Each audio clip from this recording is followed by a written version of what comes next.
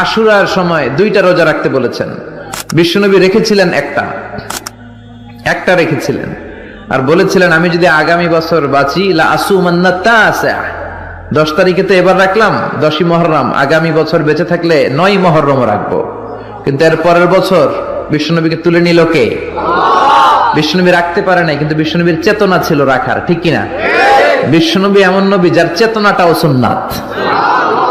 আমরা সুন্নাহ বলতে বিশ্বনবীর কথাগুলোকে বুঝি না, বিশ্বনবীর কথাগুলা সুন্নাত, বিশ্বনবীর আদেশগুলা সুন্নাত, বিশ্বনবীর নিষেধগুলা সুন্নাত। হাত্তাল হারাকাত ওয়াস সাকানাত, তিনি যে নড়তেন এটাও সুন্নাত, তিনি না নড়ে চুপ হয়ে যে বসে থাকতেন এটাও সুন্নাত।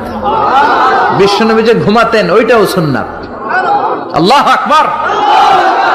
এজন্য বিশ্বনবীর সুন্নাহর উপর বেশি বেশি আমল করতে হবে। রাজি আছেন? সুন্নাহ আমল করলে বেদাত বিদুরিত হবে। আল্লাহ সহি সমঝ দান করুক।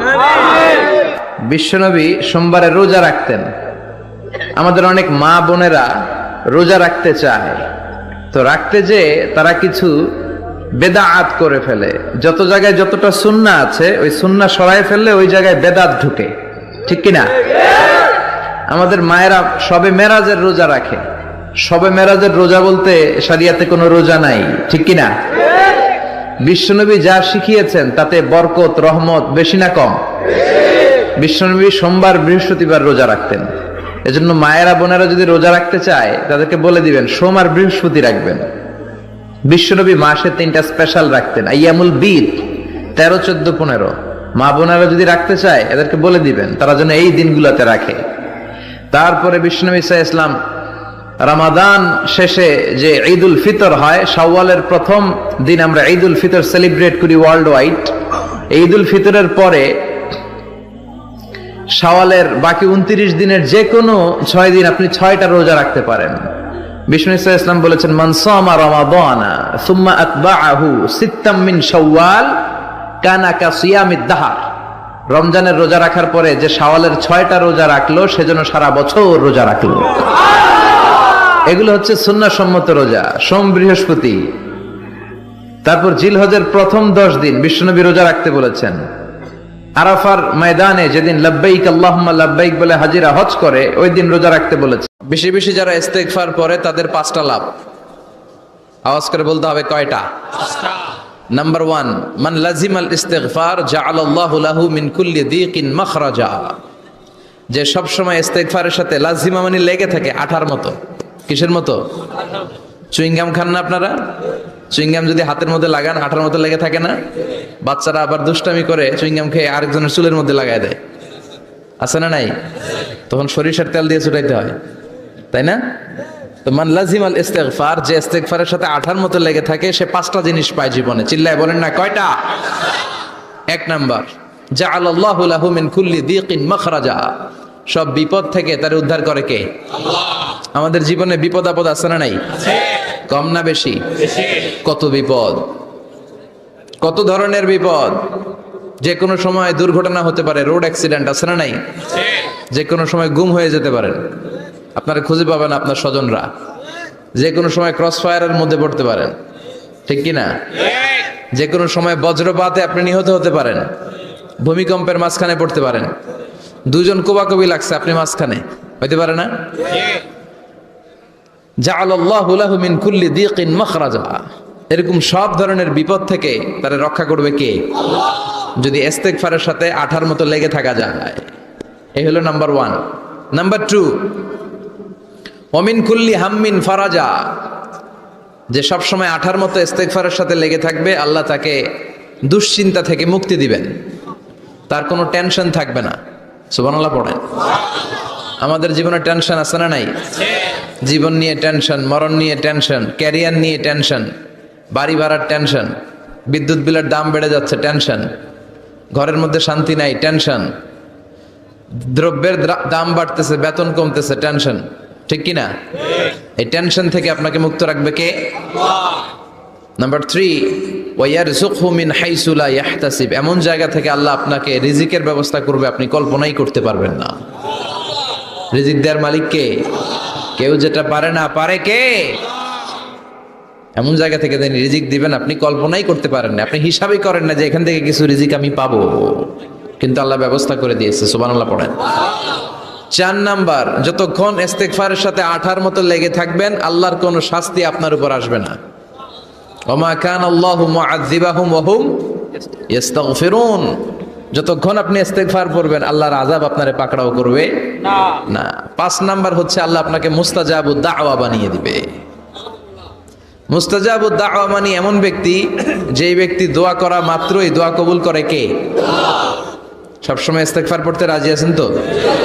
আরব বিশ্বে আমরা যখন পড়াশোনা করতাম তখন দেখতাম যে রাস্তাঘাটে বিভিন্ন জায়গায় আজকারগুলো, আল আদইয়াতুল মাসুরা, মাসনুন দোয়াগুলো তারা লিখে রাখতো, যাতে মনের অজান্তেই তাদের চোখ ওই সাইনবোর্ডে পড়লে তারা যেন ওই দোয়াগুলো পড়তে পারে। রাস্তার মধ্যে লেখা থাকতো সুবহানাল্লাহ, আলহামদুলিল্লাহ, আল্লাহু আকবার, লা ইলাহা ইল্লাল্লাহ। আপনি উঁচু কোনো জায়গায় উঠবেন বা লিফটে দিয়ে উপরে উঠবেন, সিঁড়ি দিয়ে উপরে উঠবেন, ওঠার সময় বায়ে লেখা আল্লাহু আকবার।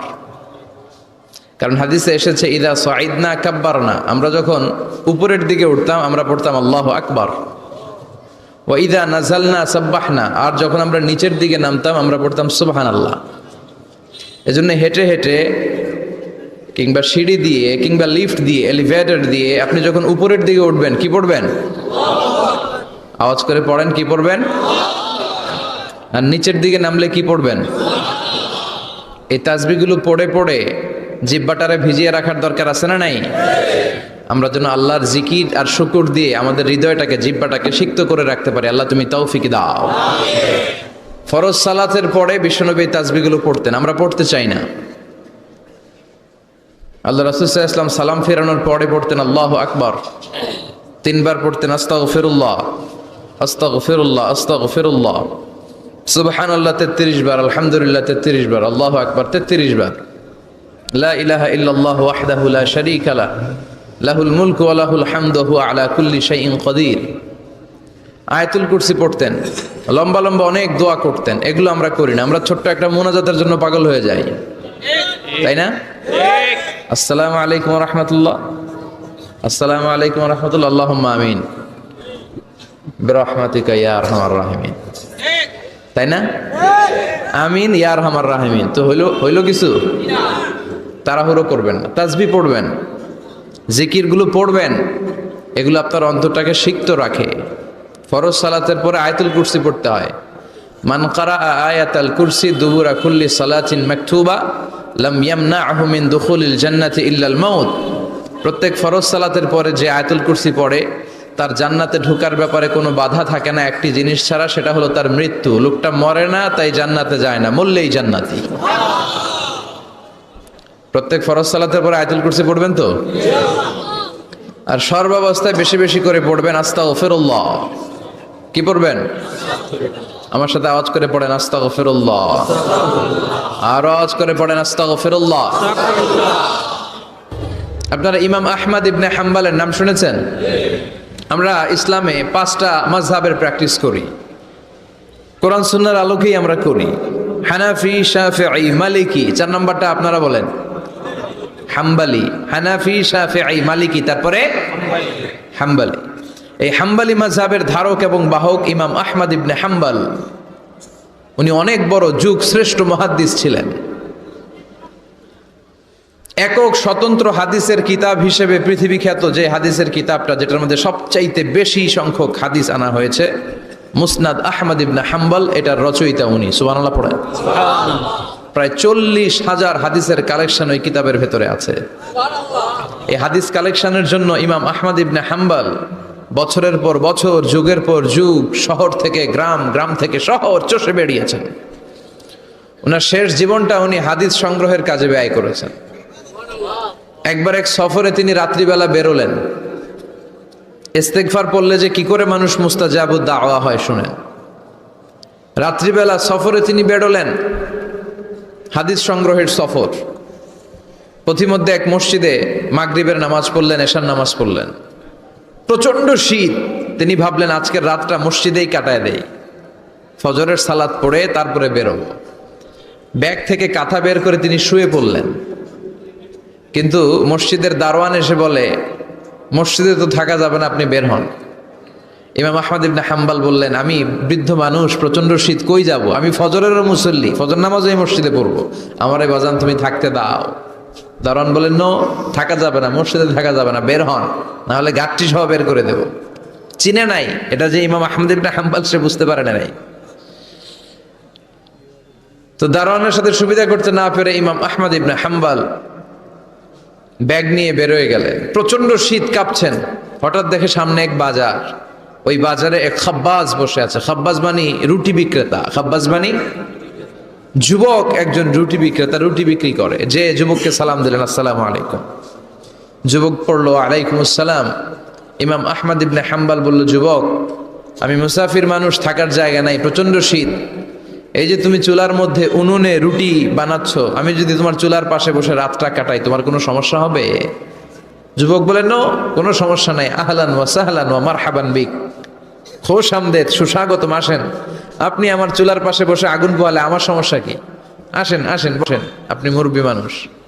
ইমাম আহমদ ইবনে হাম্বল আল্লাহ শুকরিয়া করে চুলার পাশে বসে শীতের রাতে চুলা থেকে তাপ নিচ্ছেন, আগুন পোহাচ্ছেন।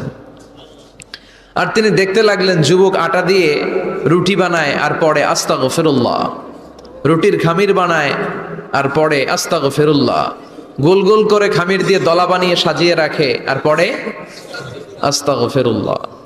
রুটি বেলুন দিয়ে বলে এটারে চুলার ভেতরে ঢুকায় আর কি পড়ে আস্তাগফিরুল্লাহ। ক্রেতা আসলে ক্রেতাকে রুটি দেয় আর পড়ে, ক্রেতার হাত থেকে টাকা নিয়ে ক্যাশ বক্সে রাখে আর কি পড়ে। ইমাম আহমদ ইবনে হাম্বল তো অবাক, ঘটনা কি? আসার পর থেকে এই যুবকটারে দেখতেছি খালি পড়ে আস্তাগফিরুল্লাহ, আস্তাগফিরুল্লাহ। তিনি কৌতূহল বশত বললেন, যুবক, মা লাকা ইয়া শাব দাইমান তাকরাউনা